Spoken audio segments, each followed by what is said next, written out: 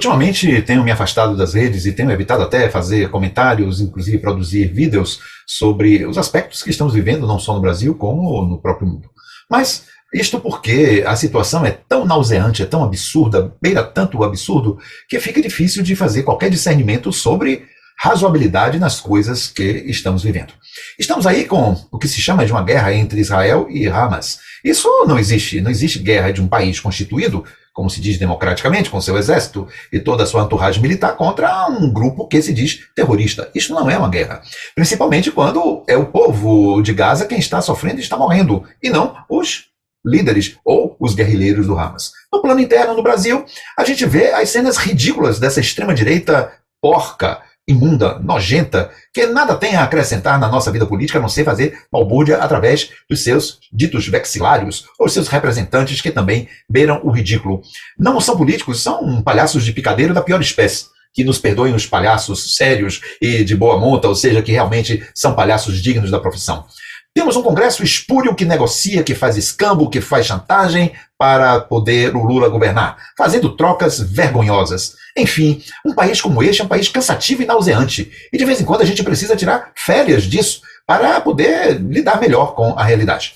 Hoje, na nossa Rapidinha das Notícias de 14 de novembro de 2023, vamos pegar 3 notícias, 3 considerações que estão aí pela imprensa para a gente poder aproximar mais ou menos as ideias do que aqui está sendo dito. Vamos então começar. A crítica começa com relação ao próprio governo Lula e a todo o seu staff, incluído aqui, naturalmente, o Ministério da Justiça, quando se noticiou que a mulher de um sujeito ligado ao tráfico no Amazonas esteve no Ministério da Justiça e foi bem recebida. Está aqui o Mário Sabino lançando sobre o governo Lula uma pecha, não de todo injustificada, já que isto aconteceu, mas que distorce o que pode ser uma apresentação de dignidade do governo Lula. Está aqui o Mário Sabino, na sua coluna de hoje, 14 de 11 de 2023, às 2 horas da manhã, atualizada às 9 horas e 4 minutos. A mulher do tio Patinhas, Margarida e Patetas, na Patópolis, do PT. É mole. O PT, não é? Talvez não tenha nada a ver com isso, mas sim, é o Ministério de Lula, ou os funcionários no Ministério, nos ministérios de Lula, que ainda estão lá fazendo um contra-jogo, ou um jogo contra o próprio governo do PT. Considerações sobre a visita da mulher de um líder do Comando Vermelho ao Ministério da Justiça. O Brasil voltou a Patópolis do PT. Voltou. Ou seja, munição para que o PT, o governo Lula e Lula, receba aí a farofa ou a lama espalhada por um ventilador. E aqui está a fotografia. A mulher do tio Patinhas e o funcionário do Ministério da Justiça que a recebeu. O Ministério da Justiça e Segurança Pública do PT. Não é do PT, sabemos. Isso é uma desonestidade do Mário Sabino. É uma desonestidade intelectual e jornalística. O Ministério da Justiça e Segurança Pública não é do PT, é do governo Lula, que tem um amplo arco de alianças, inclusive na centro-direita e na própria direita. Portanto, é claro que está aí um veneno preparado para jogar sobre o governo do PT, ou o governo de Lula, melhor dizendo, uma pecha. O Ministério da Justiça e Segurança Pública do PT, comandado pelo onipresente, mas não onisciente Flávio Dino, recebeu a mulher de um líder do Comando Vermelho para 2 reuniões. Segundo ele, o Mário Sabino, leu em reportagem de André Chalders e Tássio Loran, nesta segunda-feira de calor senegalês em São Paulo. Conhecida como a dama do tráfico amazonense, a encantadora Luciane Barbosa Farias é casada há 11 anos com Clemilson dos Santos, o tio Patinhas. Ele era o criminoso mais procurado do Amazonas, até ser preso em dezembro passado. O sujeito tem savoir-faire, ou seja, sabe como fazer. A sua fama é de indivíduo de altíssima periculosidade, com desprezo à vida alheia. Aqui tem, em negrito, né? Luciane Barbosa Farias não é apenas mulher do tio Patinhas, assim como o marido foi condenado em segunda instância por lavagem de dinheiro, associação para o tráfico e organização criminosa. Tio Patinhas pegou 31 anos de cana. Ela pegou 10 anos, mas recorre em liberdade. Agradeçam ao Supremo Tribunal Federal. Bem, já vimos a posição do Mário Sabino e sabemos que o Sabino, ele naturalmente joga pelo pessoal da direita ou daquele pessoal que segue aos interesses do bolsonarismo e que tais. Gente desse Jair. Porque ao distorcer a informação, ele coloca o PT, ele coloca o governo Lula em uma espécie de armadilha, de alçapão da informação para denegrir o governo. Mas, por outro lado, o fato aconteceu. O que significa que é imediata a necessidade da demissão do indivíduo que recebeu esta senhora lá no Ministério da Justiça. E, claro, o PT, Lula, o seu governo em específico, tem que ter atenção com relação a todos os deslizes possíveis, patrocinados inclusive por falsos amigos dentro do próprio governo para desmontar a imagem mais positiva que o governo possa ter. Mas agora vamos para um outro aspecto das notícias, ainda nessa linha da imagem do governo de Lula. Vamos ver aqui. no blog do Noblar que Israel já perdeu, destrua ou não o Hamas, liberte ou não os reféns. Também, coluna de hoje, 14 de novembro de 2023, às 5h30, atualizada às 8h41. E o subtítulo é Governo de Benjamin Netanyahu pisca primeiro. Olha aqui então o que nos diz o Noblar. O ministro israelense dos negócios estrangeiros, Eli Cohen, tão ou mais de extrema-direita do que o primeiro-ministro Benjamin Netanyahu, admitiu na segunda-feira, ontem, 13/11, que aumenta a pressão sobre Israel por um cessar-fogo na faixa de Gaza.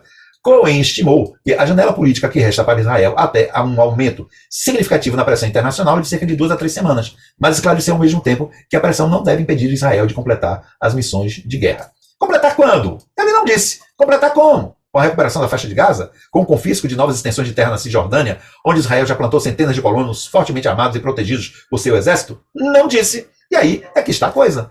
A insensatez dessa ação de Israel sobre o Hamas, sobre a faixa de Gaza, e que Lula criticou ontem no retorno dos brasileiros que chegaram da faixa de Gaza, que foram socorridos pelo governo de Lula e que os boitas da extrema-direita tentaram atribuir ao encontro, inclusive antipolítico, antidiplomático, do Bolsonaro, do impedido, do que é a representação do mal com o embaixador de Israel.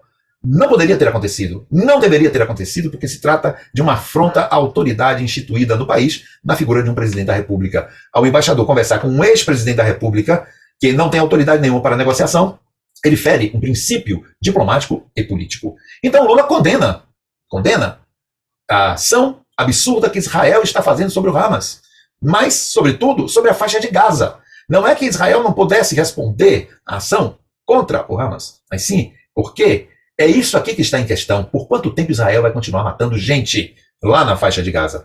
É contra isso que Lula falou, não contra o direito de resposta. Não está havendo guerra, está havendo morticínio. Porque quando alguém de uma guerrilha ataca um país ou uma população, não há guerra que possa ser respondida com armas e com destruição de parte da população. A guerra tem que ser uma guerra de guerrilha e espera-se ou esperava-se que o exército de Israel estivesse preparado justamente para esse combate, bairro a bairro, ponto a ponto, ombro a ombro, e não atirando bombas para matar 500 pessoas em um hospital.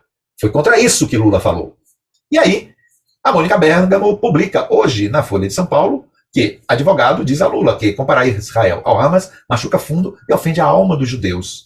Roberto Podival, que já defendeu José Dirceu e familiares de Lula, afirma que também lastima a morte de inocentes, mas que o grupo terrorista tem como regra matar judeus, como, claro, o exército de Israel tem como regra matar palestinos, matar, inclusive, pessoas da faixa de Gaza. Muitas vezes exercendo uma violência extrema.